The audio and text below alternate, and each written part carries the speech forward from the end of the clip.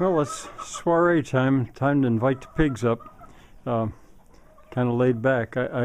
Now I make it a point to make sure there's no baby goats around that have been born. The goats can keep on eating, but when the pigs come up, everything gets kind of exciting.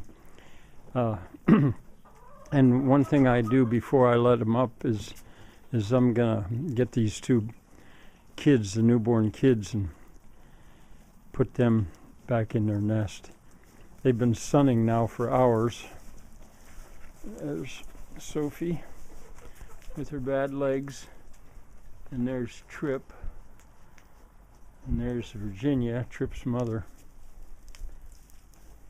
Sophie's mother doesn't usually, there's Sophie's mother right there, sharp horns.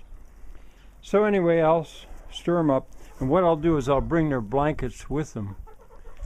Son's gonna, well, they'd happily stay out here longer, but I gotta do that before I let the pigs up. And then they usually take a nap, except for Trip.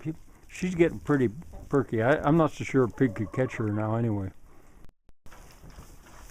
Well, I put Trip in there, but she promptly got back out. What happened the last few days though, once she realizes the pigs are up there, and remember, she's real little, she'll come running down and go into her nest. She's afraid of them, which is real good. She might already be in there for all I know. Anyway, this is exciting. Oh, and another thing I want to explain. The pigs are not predatory. They are omnivores. I mean, they'll eat stuff of all kinds. It's all that they have a chance to eat. But they don't go hunting. So I might have suggested that a pig would chase a baby goat. No, I don't think they would. But if there were a baby goat that was sick or in distress, then they'd be tempted. All right, now what I was going to say is this is exciting because I'm going to start to break up this pavement. I'm going to start, the wheelbarrow is out of the ice. I can wheel stuff out, and I'm going to start to break it up into pieces, especially over here, because I want to build up a wall. I want to just see how far down is the bedrock. So like 1, 2, 3, 4, 5 pieces that I should be able to get out. So we'll see how easy they break up too. To do that, I'll take my bench out and then put it back.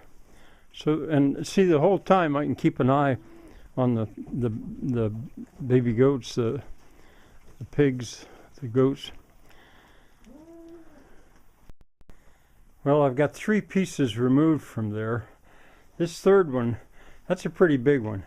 I was going to break it up, but I thought I'll try to see if I can get that out because it's fairly thin.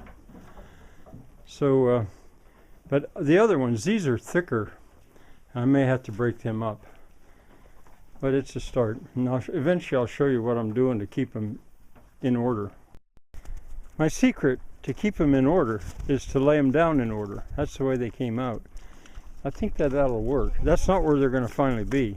I think I'm going to make it as a new pavement over in there, I think. I still want to use it as a pavement, but not a place where I'll drive my truck across them. So that's that plan. Those chickens are immediately interested in what I've exposed. Now this next piece, that's too heavy. It's not really too big. 2 men could do it without a problem, I think, but it's too big for me. So you guessed it, that's why the sledgehammer's there. I'm going to see how easy it's going to be to crack. Now, if my grandfather had used rebar here, he would have destroyed the material for any further use. But since he didn't, he's simply made pavers. We'll see how it goes. Well, it didn't crack yet. I made 3 passes, but I think I heard the tone drop on 2 passes ago. So I think that it is inside beginning to crack. We'll go add it a little bit more. It was on the 7th pass that it flexed. And you see there's a crack developing. I should put my gloves on for this, but let's, yep. So that wasn't bad at all. I can manage those 2 pieces. Well, that was a success. hard work. I got 5 pieces out, 6 pieces out. Hard work. I'm going to see if I can make the pounding a little bit easier. And I know some of you are thinking, I can just hear John Solnier say, why don't you just rent a jackhammer and a front loader and a dump truck and do it that way. That's not my style.